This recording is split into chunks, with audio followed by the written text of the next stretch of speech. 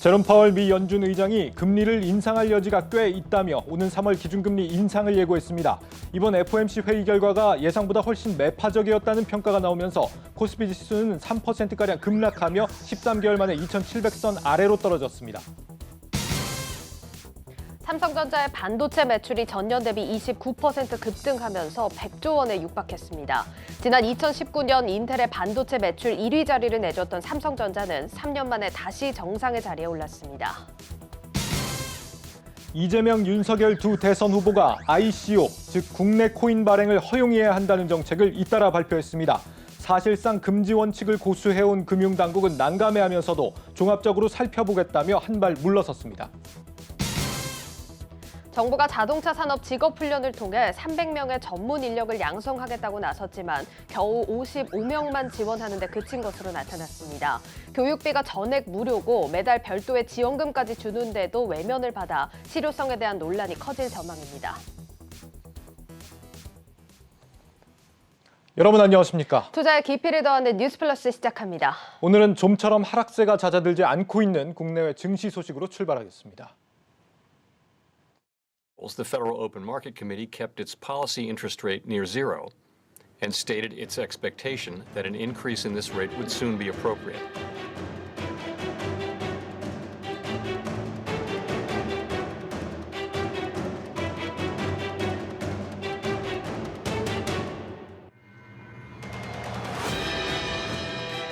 The committee also agreed to continue reducing its net asset purchases on the schedule we announced in December, bringing them to an end in early March. I stress again that we'll be humble and nimble.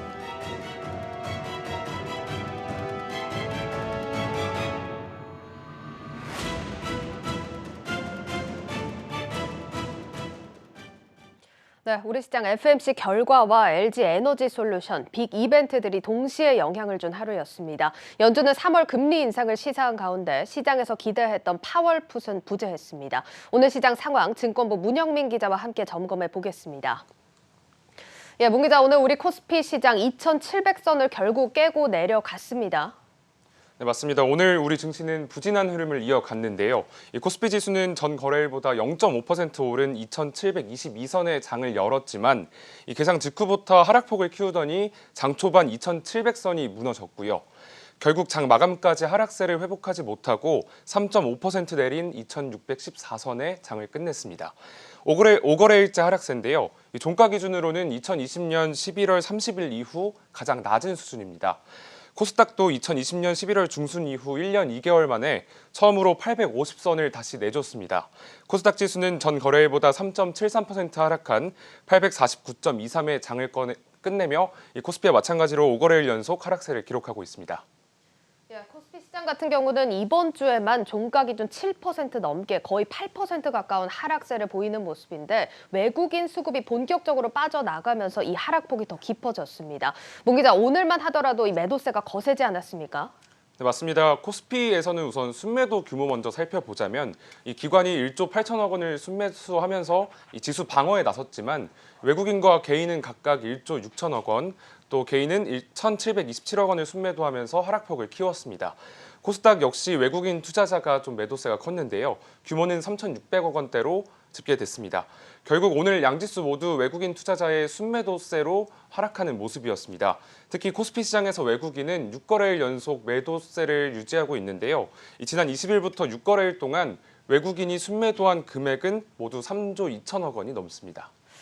네, 우리 시장 정말 힘겨운 1월을 보내고 있습니다. 사실 이번 FOMC가 중요했던 게 더 매파적인 결정이 나오냐 이 여부였습니다. 파월 의장이 시장을 달래진 않았다고 해도 결과는 그래도 어느 정도 시장에서 우리가 예상했던 범주 안에서 좀 발표가 된 것 같다는 생각이 드는데 우리 시장의 글로벌 증시 대비 낙폭이 유난히 큽니다. 다른 요인들이 같이 적용이 된 걸까요?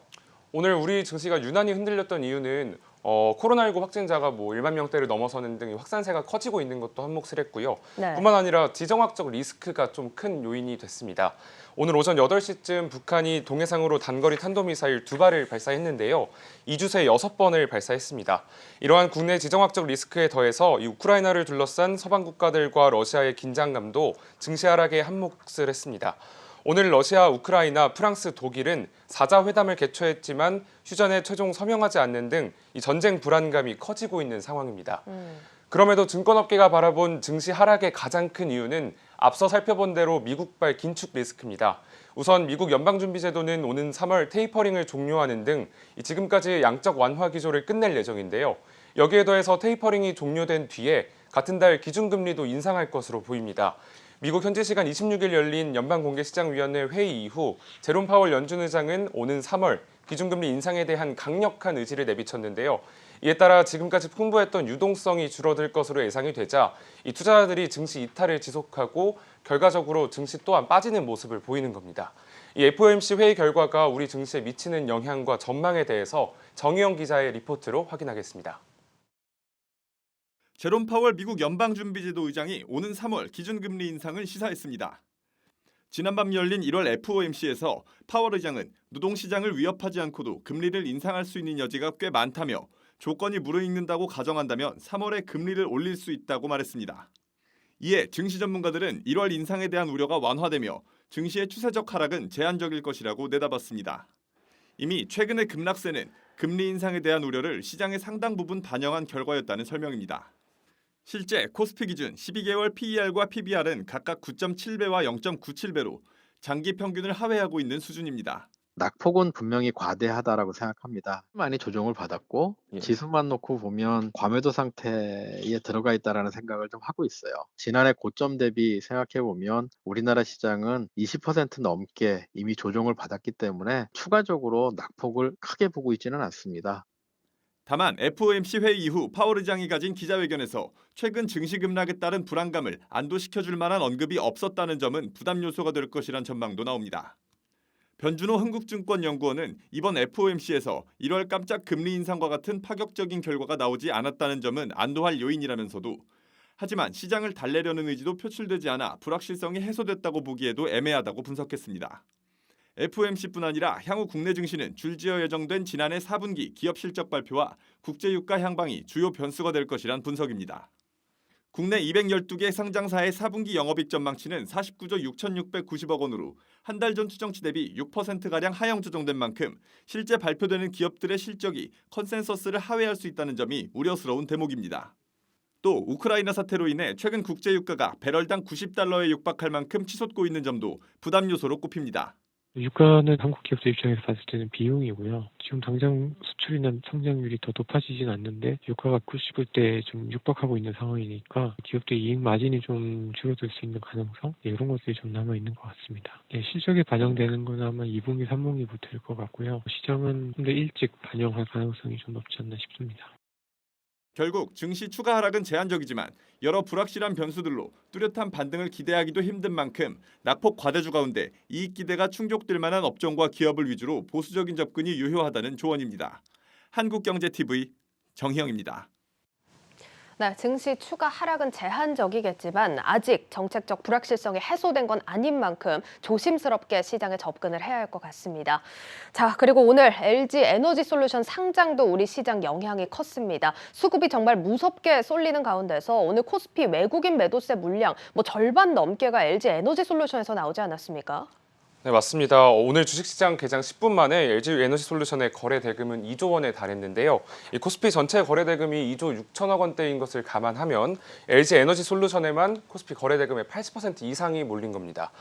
증권업계는 이러한 LG 에너지솔루션의 상장이 우리 증시 하락에 적지 않은 영향을 미쳤다고 분석을 했습니다. 특히 외국인은 개장 30분 만에 LG 에너지솔루션을 5,800억 원 정도 매도를 했는데요.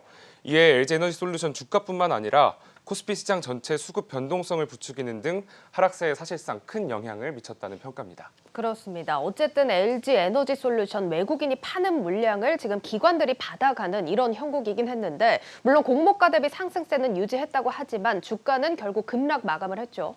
맞습니다. 오늘 코스피 시장에 상장한 LG 에너지솔루션의 주가는 50만 5천 원으로 장을 끝냈습니다. 따상에는 실패를 했습니다.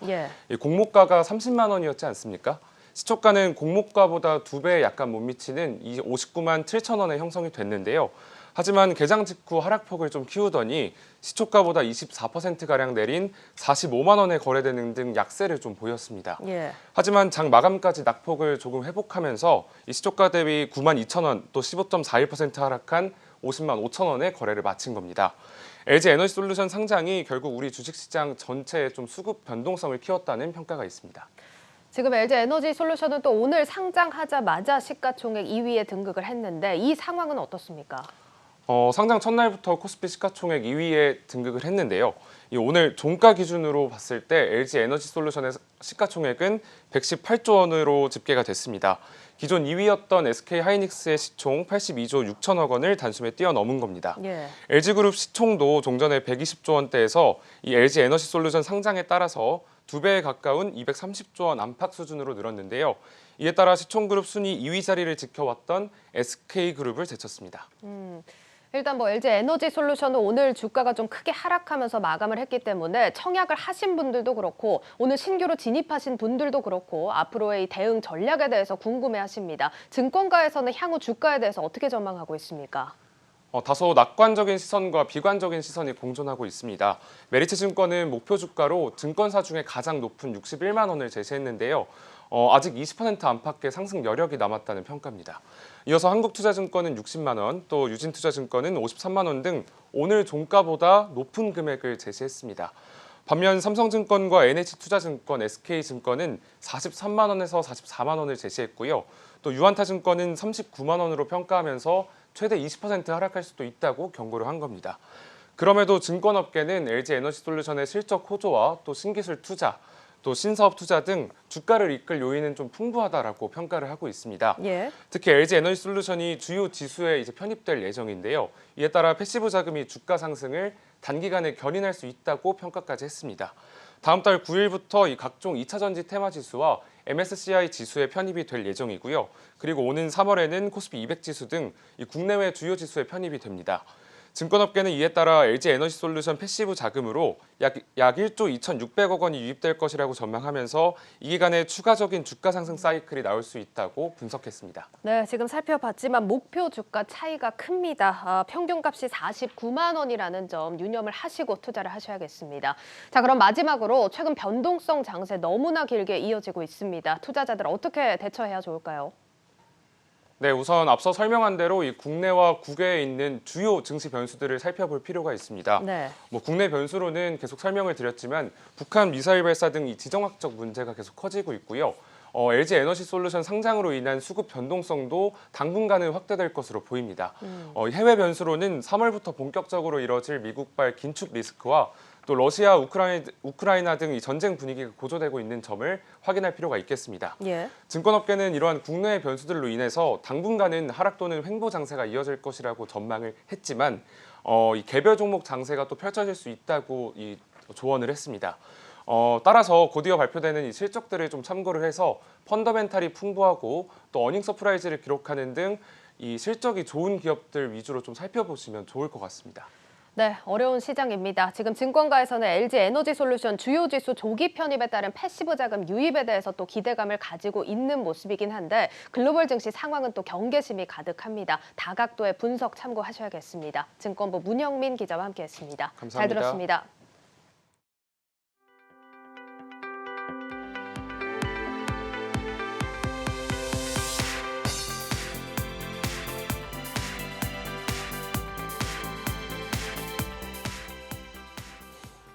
삼성전자가 역대 최대 실적 기록을 다시 썼습니다. 특히 그중에서도 반도체 매출이 100조 원에 육박하며 두드러졌는데 올해도 이런 호황이 계속 이어질 수 있을지 전망해 봅니다. 먼저 신용훈 기자 리포트 보시고 이어가겠습니다.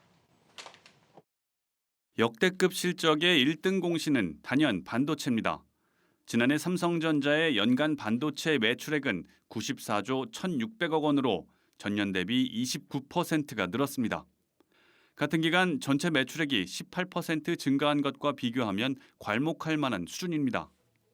반도체 부문의 영업이익은 29조 2천억 원으로 전년보다 55%나 급증했습니다. 실적 발표를 앞두고 있는 SK하이닉스도 지난해 40조 원 이상의 매출을 기록할 것으로 예상되고 있습니다. 역시 역대급입니다. 2019년 인텔에 반도체 매출 1위 자리를 내줬던 삼성전자는 3년 만에 다시 정상의 자리에 올랐고 SK 하이닉스도 3위 TSMC와의 격차를 좁힐 것으로 예상됩니다. 지난해 우리나라 반도체 수출액은 1,287억 달러로 2년 연속 1,000억 달러를 돌파하며 역대 최고 실적을 달성했습니다. 올해 역시 반도체 수요는 지속적으로 늘어날 것으로 예상되면서 1,000억 달러 돌파는 무난할 것으로 전망됩니다. 다만 메모리 반도체의 가격 하락에 따라 수출액은 2% 정도 줄어들 것으로 예상됩니다. 반도체 수요는 올해도 시스템 반도체 중심으로 증가할 것으로 예상됩니다. 반면에 우리 기업 주력 품목인 메모리 반도체는 공급 과잉으로 가격이 하락할 수 있어 반도체 수출은 2021년 수준에 그칠 것으로 예상됩니다. 글로벌 반도체 기업들의 경쟁적인 생산 라인 확충이 호황기를 맞은 국내 반도체 산업에 또 다른 변수로 작용할 수 있다는 의미입니다. 한국경제TV 신용훈입니다. 네, 갈수록 더 치열해지는 글로벌 반도체 전쟁, 어떤 구도로 흘러갈지 전문가와 함께 알아보겠습니다. 산업연구원 김양팽 전문연구원 나와 있습니다. 박사님 어서 오세요. 네, 안녕하십니까. 안녕하세요. 네. 지금 삼성전자와 하이닉스 지난해 실적이 거의 역대급이었는데 네. 올해도 지난해만큼 수요가 이어질 수 있을까요? 네, 일단 삼성전자와 이제 하이닉스의 차이는 삼성전자는 다른 분야, 즉 모바일이라든지 정보통신 기기도 매출이 높은데 그래도 반도체가 30% 이상의 매출을 차지하고 있고 예. 올해 성장률을 보면 삼성전자의 그러니까 작년 실적이죠. 작년 실적을 보면 삼성전자 전체 성장률보다 반도체가 도드라지게 이제 성장을 했다는 거, 결국은 반도체가 견인을 한 거고 역시 SK 하이닉스도 지금 전망치가 역대 최대로 나오고 있는데 네.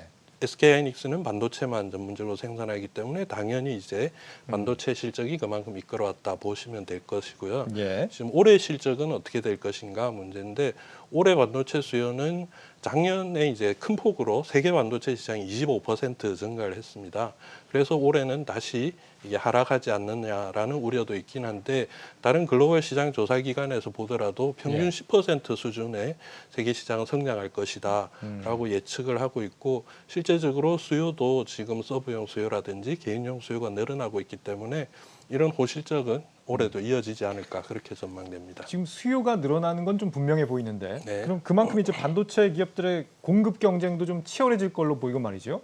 글로벌 반도체 기업들 증산을 올해 많이 할까요? 어떻게 보십니까? 이제 증산 부분에 있어서 반도체를 증산해서 가격이 하락하고 그런 경쟁 관계가 심화되는 부분은 메모리 반도체 분야로 보시면 됩니다. 예. 그 메모리 반도체는 지금 삼성전자, SK하이닉스, 마이크론의 3강 구도고 그 기업들이 이미 치킨 게임을 몇 번 경험을 해봤기 때문에 수요가 늘어난다고 해서 예전처럼 그렇게 폭발적인 공급을 늘리지는 않을 겁니다. 예. 그리고 이제 이미 메모리 반도체 설비들도 노후화된 설비가 있기 때문에 그런 설비도 교체가 들어가고 하면서 공급이 늘어난다고 해서 그렇게 폭발적인 공급 과잉은 아닐 것이다. 그렇게 보고요. 예. 그다음에 이제 우리가 파운드리 분야에서 얘기하는 TSMC라든지 뭐 삼성전자 파운드리 사업부 대만의 UMC라든지 파운드리 분야는 계속 지금 공급이 부족한 상태입니다. 수요 대비. 예. 그래서 올해 당장 느린다고 해서 그걸 다 충당할 만큼은 되지 않을 것이다.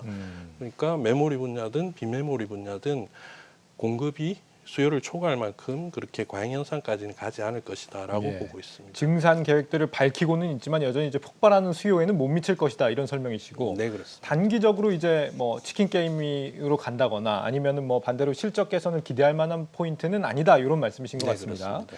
그렇다면 앞으로 이 반도체 산업에 영향을 줄 수 있는 좀 변수라고 한다면 어떤 걸 좀 꼽아주시겠습니까? 지금 올해 반도체 산업에서 메모리 반도체 물론 이제 CPU도 그게 바탕이 뒷받침이 돼야 되는 부분인데 뭐 인텔에서 DDR5 칩을 사용할 수 있는 CPU가 올해 서버용도 나올 것입니다. 예. 그렇게 되면 지금까지의 메모리 시장이 DDR3에서 4로 이전이 되었고 지금 77% 이상이 DDR4 시장인데 점차 DDR5로 바뀌게 되겠죠. 예. 그러면서 이제 고부가 가치 메모리 판매가 늘어나는 이제 그런 부분이 하나 발생할 것이고 그리고 또 다른 시장 변수로는 공급망 문제의 이슈는 계속 이어질 부분일 것입니다. 예. 그 부분도 유심히 봐야 되는 그런 상황으로 보시면 될 것 같습니다. 그렇군요. 올해 특히 이 반도체 산업에서 주목을 받는 경쟁하면 역시 파운드리 3나노 경쟁입니다. 지금 삼성전자와 TSMC가 3나노 양산을 올해부터 좀 본격화하겠다 이런 계획이라고 하는데 삼성이 여기서 승기를 잡을 수 있을지 이게 궁금하고 그리고 또 이제 인텔 같은 경우도 지난 2025년부터 뭐 1.8나노인가요? 좀 뭐 반도체 3강 구도가 이렇게 되는 게 아니냐 파운드리에서 네네. 이런 가능성도 나오는데 이게 실제 가능한 전망인지 어떻게 보십니까? 일단 기술적인 면에서는 그 부분이 불가능하다고 얘기를 할 수가 없을 겁니다. 먼저 3나노 양산 계획을 밝힌 데는 사실 TSMC였고요. TSMC는 작년 말에 이제 올해 7월부터 인텔의 3나노 CPU를 생산하겠다고 먼저 공개적으로 발표를 했고 그 다음에 삼성전자가 오히려 더 빨리 올해 상반기에 3나노를 생산하겠다라고 예. 얘기를 했습니다.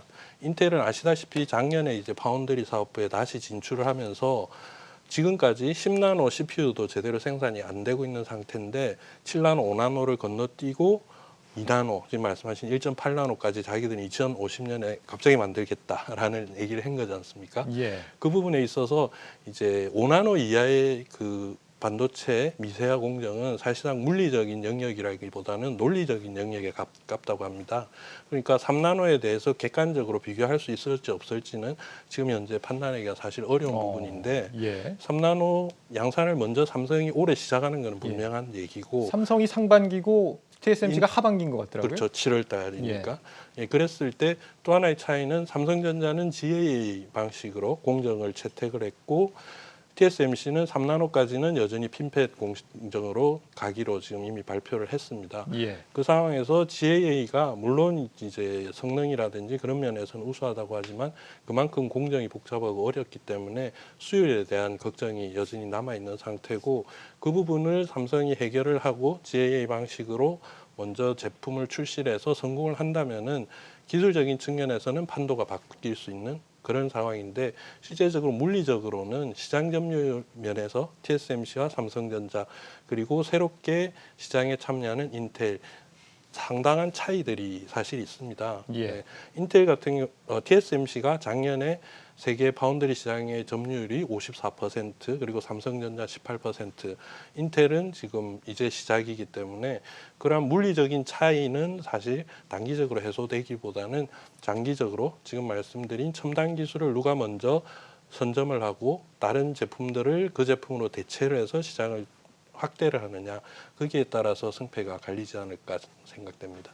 알겠습니다. 저 뭐 이야기를 더 길게 듣고 싶은데 오늘은 시간이 네. 없어가지고 네. 여기까지만 듣는 게 어쩔 수 없이 그럴 것 같습니다. 네, 네, 산업연구원 김양팽 전문연구원과 함께했습니다. 박사님 잘 들었습니다. 네, 감사합니다.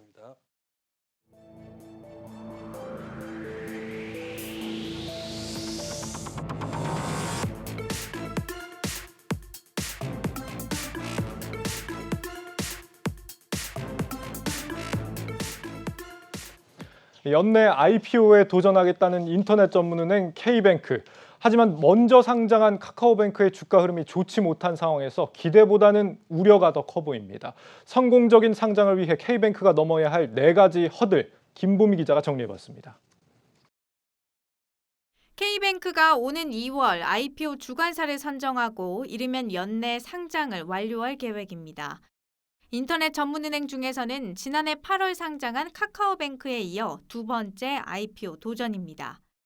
지난해 연간 순이익이 흑자로 추정되는 데다 장외 시장에서 기업 가치가 꾸준히 상승하고 있는 점 등이 자신감으로 작용했다는 분석입니다. 하지만 K뱅크 앞에 놓인 허들도 만만치 않습니다. 우선 금융당국이 빅테크 규제를 강화하고 있다는 점이 불리한 요소로 꼽힙니다. 금융당국은 빅테크는 견제하고 핀테크는 육성하겠다는 입장인데 이 부분이 K뱅크는 물론이고 인터넷 전문은행 전반에 대한 투자 심리를 위축시킬 수 있다는 겁니다. 대출 영업의 한계도 있습니다. 인터넷 전문은행 설립 취지가 중금리 대출 확대에 있는 만큼 안정적인 고신용자보다는 중저신용자를 더 늘려야 하기 때문입니다. 특히 K뱅크는 올해 가계대출의 4분의 1을 중금리 대출로 채워야 합니다. 여기에 현재 카카오뱅크 주가가 떨어지고 있는 점도 K뱅크 몸값 책정에는 부정적으로 작용할 수 있다는 관측이 나옵니다. 가격에 영향을 주는 거는 당연할 거고요. 왜냐하면 상대가치 비교를 안 할 수가 없으니까. K뱅크 내부적으로는 가상자산 거래소 업비트에 대한 높은 의존도, 경쟁력 강화 등이 과제입니다. K뱅크는 업비트와의 제휴로 고객 수를 전년 대비 3배 이상 늘렸지만 현재 업비트를 운영하는 두나무는 다른 은행으로도 제휴 확대 기회를 노리고 있어 본업에 대한 경쟁력 확보가 시급한 상황입니다.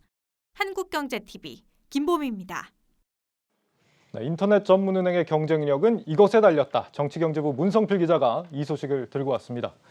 문 기자, 인터넷 은행이 나온 지가 벌써 5년이 됐습니다. 네. 평가가 좀 어때요? 일단 인터넷 은행 선두주자 누구로 꼽으실 것 같습니까? 그 단연 둘밖에 없는데. 네. 카카오뱅크겠죠? 예. 그렇습니다. 사실 뭐 세 곳이죠. 뭐 카카오뱅크, K뱅크, 토스뱅크, 네, 토스뱅크까지. 예. 하지만 말씀하신 것처럼 카카오뱅크를 이제 선두주자로 꼽는 데는 아마 이견이 없을 겁니다. 네. 그 금융업계 관계자들한테 물어봤습니다. 그때 한 목소리를 내더라고요. 카카오뱅크가 아니라 카카오가 두렵다. 이렇게 한 목소리를 냈습니다. 예.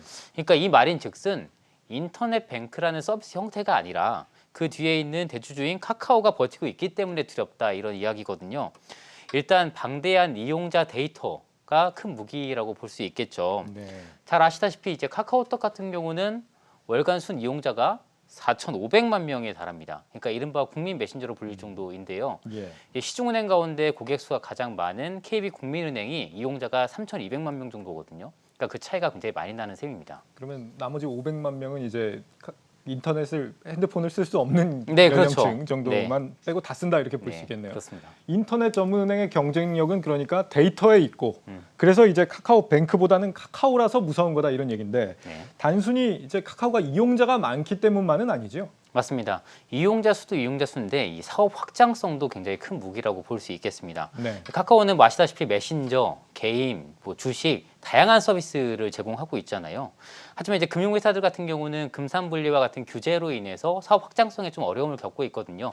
이런 부분에 있어서 확실히 인터넷 은행들이 기존 금융회사보다 유리한 점에 있다 이렇게 좀 볼 수 있습니다. 예. 그러니까 결국은 대주주가 누구냐에 따라서 인터넷 은행들의 경쟁력이 좀 좌지우지 된다 이렇게 이해하셔도 좋을 것 같습니다. 대주주에 따라서 경쟁력이 좌우가 됐다. 해외 인터넷 은행들도 비슷한 결론이 났습니까? 먼저 이 인터넷 은행 같은 경우는요. 1995년에 미국에서 처음 등장했습니다. 굉장히 예. 이른 시기죠. 그러네요. 그러니까 그때랑 지금이랑 인터넷 환경이 너무 다르잖아요. 예. 때문에 직접적인 비교는 좀 어렵지만 참고할 부분은 분명히 있습니다. 미국의 엘리 파이낸셜이라는 회사가 있습니다. 이 회사가 어떤 회사냐면 자동차 제조사인 제너럴 모터스가 자동차를 사는 고객들에게 금융을 제공하기 위해 만든 회사에서 출발을 했습니다. 예. 처음에는 이제 GM 브랜드를 최대한 활용해서 고객들에게 자동차 딜러를 대상으로 한 기업 대출을 해주고 고객들에게는 뭐 금융을 제공해주고 이런 식으로 굉장히 빠르게 성장을 한 회사인데 이후에 여러 번의 사업 구조 조정을 거쳐서 지금은 자동차 금융, 온라인 뱅킹 그리고 모기지론까지 이 모바일 뱅킹 서비스를 제공하고 있습니다. 지난 2014년에는 뉴욕 증시에도 상장을 했는데요. 현재 시가총액이 167억 달러, 우리 돈 20조 원이 넘습니다. 그렇군요. 95년 사례였고 그렇다면 과거 말고 최근에는 좀 비슷한 사례가 없어요? 최근 그 IT 강국으로 부상하고 있는 중국의 예를 이제 한번 들어보겠습니다. 예. 우리나라랑 비슷한 시기에 또 인터넷 은행이 등장하기도 했고요. 중국의 대표적인 IT 회사 텐센트랑 알리바바가 있습니다. 해외 주식 투자에 관심이 없는 분들이라도 한 번쯤은 들어보셨을 법한 회사인데 예. 이 두 기업 모두 인터넷 은행을 자회사로 보유하고 있습니다. 2017년 기준인데요. 중국 민영은행 가운데 이들 인터넷 은행이 차지하는 자산 규모에서 차지하는 순위가 1위와 2위를 다툴 정도로 굉장히 규모가 큽니다. 먼저 이 종합 인터넷 회사인 텐센트의 자회사, 그러니까 웨이중은행이라는 곳인데요. 텐센트의 빅데이터와 클라우드 기술을 활용해서 고객을 굉장히 빠르게 흡수하면서 급성장했습니다. 예. 그리고 이제 전자상거래 회사로 알려진 알리바바 그룹 같은 경우는 금융 자회사인 엔트파이낸셜이라는 곳이 있고 이곳을 통해서 왕상은행이라는 곳을 소유하고 있는데요. 알리바바에서 이제 운영을 하고 있는 중소상공인들을 대상으로 한 중금리 대출을 통해서 굉장히 빠르게 성장한 케이스입니다. 예. 결국에는 이제 대주주가 가진 사업을 연계하면서 성장했다라는 얘기인 건데 그렇다면 이번에 상장에 나선다는 이 K뱅크 네. 이 경우에는 KT가 대주주 아닙니까? 네. 그 경쟁력이 어떻다고 판단을 해야 됩니까? 사실 다들 익명을 전제로 좀 해달라고 얘기를 했습니다. 예. 부정적인 이야기이기 때문이겠죠. 공통적으로 좀 한 목소리를 냈는데 이 부분도 그러니까 K뱅크는 통신사 KT가 제공하는 인터넷 뱅킹 그 이상 그 이하도 아니다. 이렇게 얘기했습니다. 굉장히 혹평이네요. 그렇죠. 사실 카카오뱅크와는 달리 위협적인 상대가 아니다. 좀 이렇게 보는 셈인데요. 예. 앞서 이제 리포트에서 봤지만 최근 이용자 굉장히 급격하게 늘었잖아요. 사실 이 부분도 서비스의 혁신이나 이런 것들보다는 가상화폐 투자 붐을 타고 업비트랑 제휴를 해서 고객 수를 늘린 부분이 작용했지 서비스 혁신적인 서비스의 결과는 아니다. 이런 평가가 대다수를 이뤘고요. 리포트에서 보셨지만 K뱅크가 넘어야 할 장애물들이 굉장히 많이 있습니다. 예. 하지만 아직까지는 이에 대한 뚜렷한 해답을 내놓지 못하고 있다. 이런 평가가 대다수인데요. 이 주가는 미래의 가치를 반영하잖아요. 카카오뱅크 주가를 보면 지난해 12월 말 이후 계속 하락하고 있습니다. 때문에 인터넷은행 거품론이라는 이야기까지 나오면서 인터넷은행에 대한 시장의 기대치가 낮아지고 있다. 이런 점들을 좀 분명히 보여주고 있는데요. 결국은 IPO를 준비하는 K뱅크의 경우에는 어떤 이런 시장의 기대치를 만족할 수 있을지 이런 시험대에 오른 셈이다. 이렇게 볼 수 있겠습니다. 예. K뱅크 상장 전에 뭔가 좀 모멘텀이 필요하겠습니다. 문성필 기자였습니다. 잘 들었습니다. 네.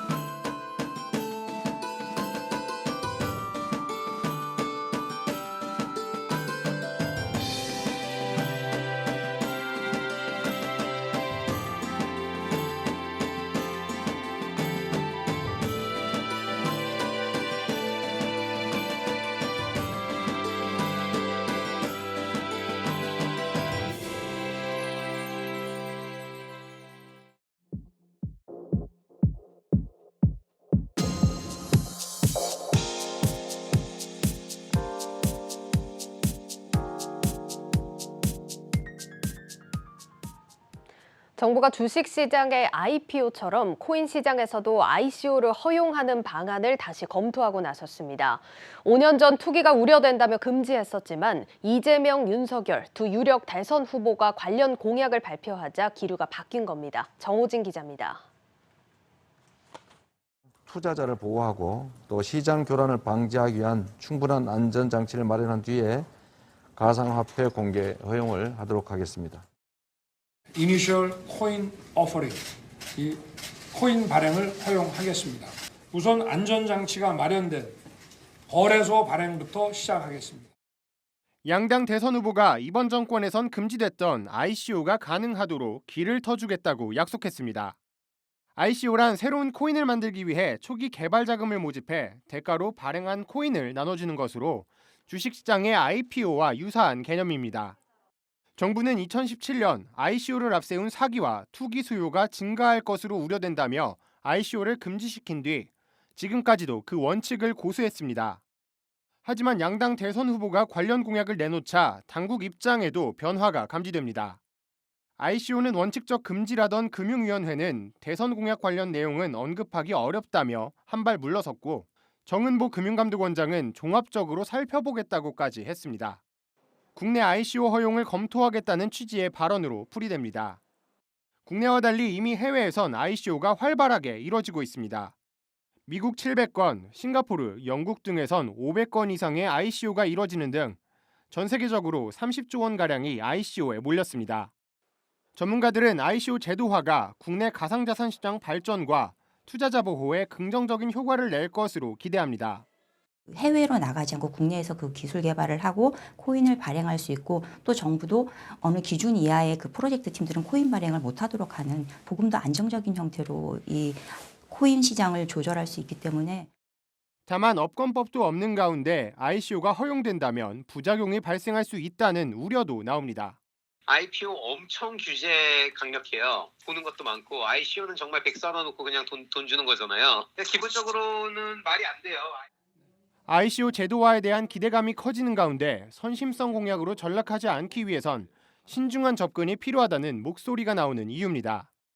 한국경제TV 정호진입니다.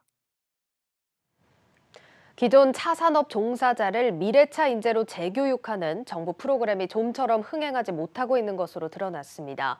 지원자가 전체 모집 인원의 5분의 1에도 못 미쳤는데 심지어 부진한 이유에 대한 생각도 정부와 민간 전문가들이 서로 달랐습니다. 신재근 기자가 단독 취재했습니다. 지난해 산업통상자원부가 시행한 자동차 산업 현장 밀착형 직업훈련 모집 공고문입니다. 우리 경제 허리를 담당하는 40대 구직자를 중심으로 직업훈련을 지원하겠다는 내용입니다. 미래차 시대에 발맞춰 스마트 팩토리와 품질 관리 등 총 300명의 전문 인력을 양성하겠다는 목표도 내걸었습니다. 결과는 어땠을까? 교육비가 전액 무료이고 매달 30만 원의 교육보조금 지원 혜택이 있었음에도 전국 13개 지역에서 지원한 사람은 단 55명뿐이었습니다. 모집 목표의 5분의 1도 채우지 못한 겁니다. 충북과 전남 전북에선 단 한 명도 지원하지 않았습니다. 교육 역시 제대로 이루어지지 않은 것으로 나타났습니다.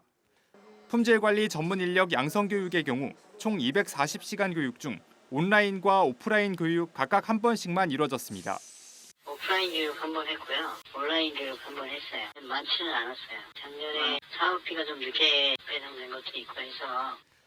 주무부처인 산업부는 코로나19 확산과 교육 지원 대상이 중위소득 100% 이하 40대에 국한된 점을 사업 부진 이유로 꼽았습니다.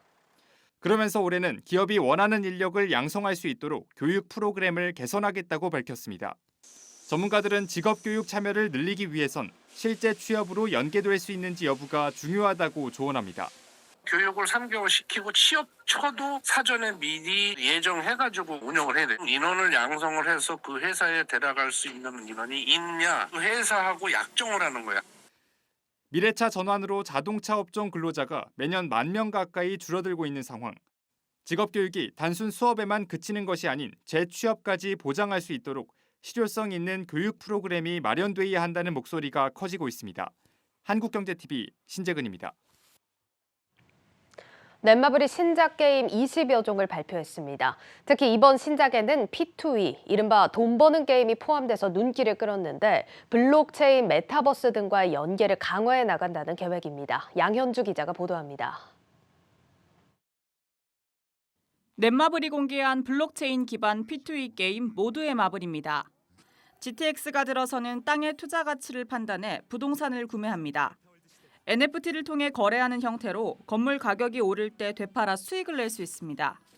넷마블이 이번에 공개한 신작 게임 20여 종 중 블록체인과 결합한 모델이 전체의 30%를 차지합니다.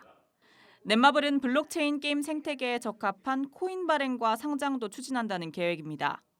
하지만 국내에선 아직까지 사행성을 이유로 P2E 게임을 출시하지 못하는 상황. 이 때문에 모두의 마블과 같은 게임의 경우 P2E 요소를 제거해야 국내 출시가 가능합니다. 유독 게임하고만 연계돼서 출시가 안 된다라는 생각은 이제 다시 한번 고민해봐야 되는 관점 아닌가 이렇게 생각을 합니다. P2E 게임 출시를 막는 것보다는 적절한 규제를 하면서 출시는 열어주되 출시 이후에 나올 수 있는 다양한 부작용들을 확인해가면서 규제를 강화하는 쪽으로 가는 게 올바른 방향이 아닌가. 전문가들은 그러나 P2E가 마법의 단어는 아니라고 말합니다. 또는 확률형 아이템하고 P2E가 강하게 결합돼서 결국에는 P2E 게임의 본질이 유저가 돈을 버는 게임이 아니고 게임사가 돈을 버는 그러한 문제를 개선해서 어떻게 진정으로 유저하고 게임사가 성과를, 즉 게임사가 벌어들인 돈을 공유하는 것 자체가 P2E의 본질인데 국내 게임 업계가 새로운 성장 동력으로 부상한 P2E를 건전한 방향으로 발전시켜 나갈 수 있을지 주목됩니다. 한국경제TV 양현주입니다.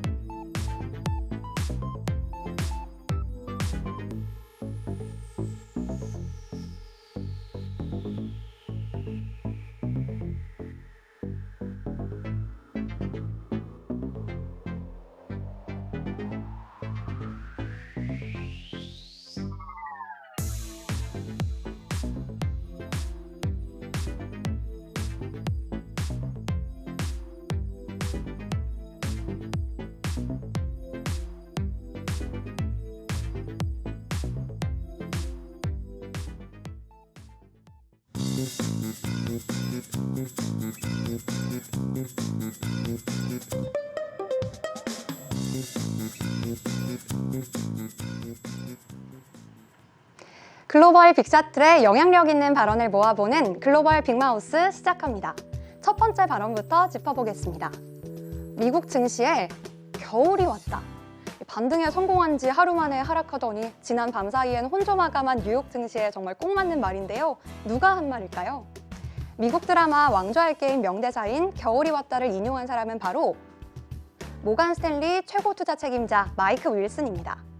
정말 모든 게 꽁꽁 얼어붙는 겨울처럼 지금 미국과 한국 주식시장은 차디찬 냉기가 불고 있는데요. 윌슨은 최근 주가 하락세가 나타나는 이유를 자연스러운 경제 주기의 흐름에서 찾았습니다. 증시가 하락하는 게 연준이 매파적으로 정책을 선회해서가 아니라 기업들의 밸류에이션이 지나치게 높아지면 이치에 맞지 않기에 주가의 거품이 빠지게 된다는 거죠. 또 반등을 기대하긴 어렵다면서 구매 관리자 지수와 기업 실정을 모니터링하고 있지만 아직 경기 둔화세가 바닥을 찍었다고 보긴 어렵다. 갈 길이 멀다라고 평가했습니다. 윌슨은 특히 인플레이션이 미치는 경제적 위협을 연준이 심각하게 받아들이고 있다는 점에서 비둘기파로 선회하지도 않을 것 같다고 전망했죠. 윌슨은 이런 시기엔 성장주에 대한 공격적인 투자 하고 싶겠지만 한 발 물러나 방어적인 투자에 나설 것을 권고했습니다. 겨울이 끝나면 봄이 오듯 방어적 투자를 통해 소중한 자산 잘 지키다 보면 증시에도 다시 따뜻한 봄이 찾아오겠죠? 두 번째 발언입니다.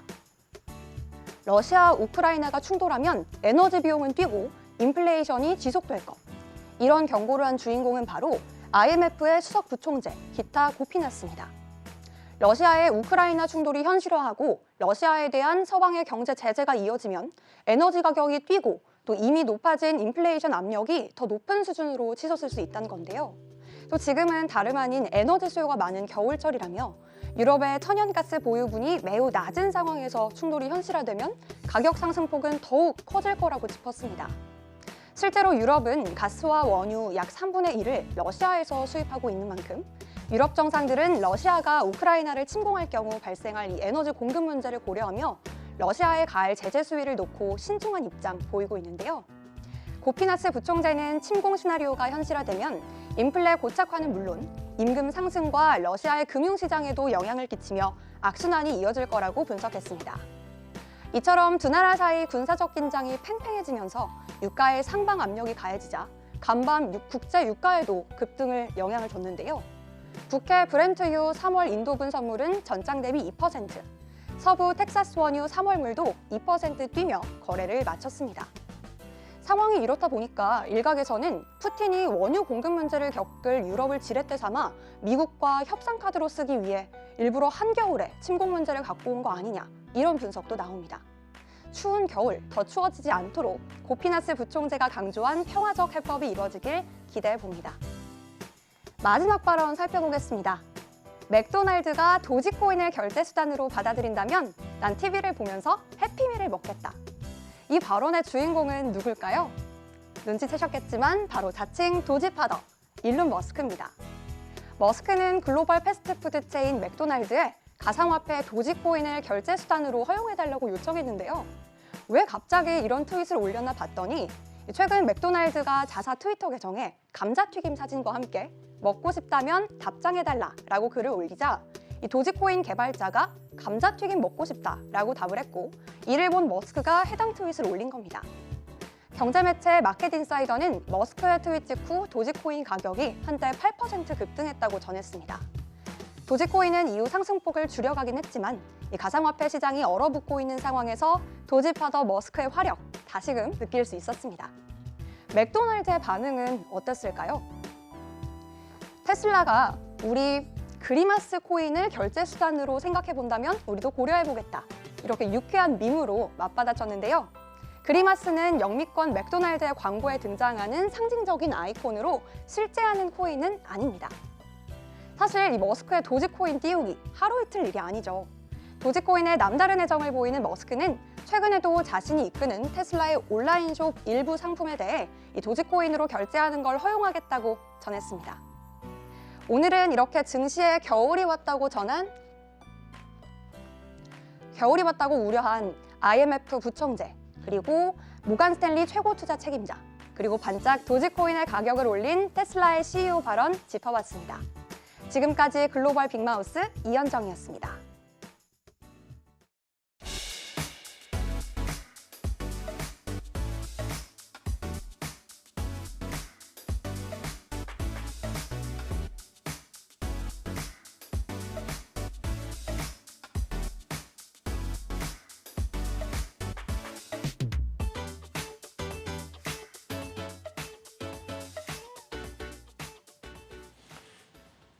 네, 오늘 뉴스플러스에서는 반도체 산업에 대해서 전망을 해봤습니다. 네, 그렇습니다. 반도체는 기술 집약적인 산업이어서 아직까지는 다른 경쟁사들의 공격적인 투자에도 불구하고 국내 기업들의 경쟁력이 유지되고 있는 것 같습니다. 네, 문제는 앞으로겠죠. 이 기술 우위에서 밀리게 된다면 반도체 강국의 지위도 빼앗길 수 있다. 전문가들은 이렇게 지적하고 있는데 적극적인 R&D와 설비 투자가 필요하겠지만 막대한 자금이 필요해서 결정이 쉽지 않은 게 현실입니다. 기업들이 신속하게 투자 결정을 내리는 것도 중요하겠지만 이런 분야에서 특히 정부의 적극적인 협조가 필요할 것 같습니다.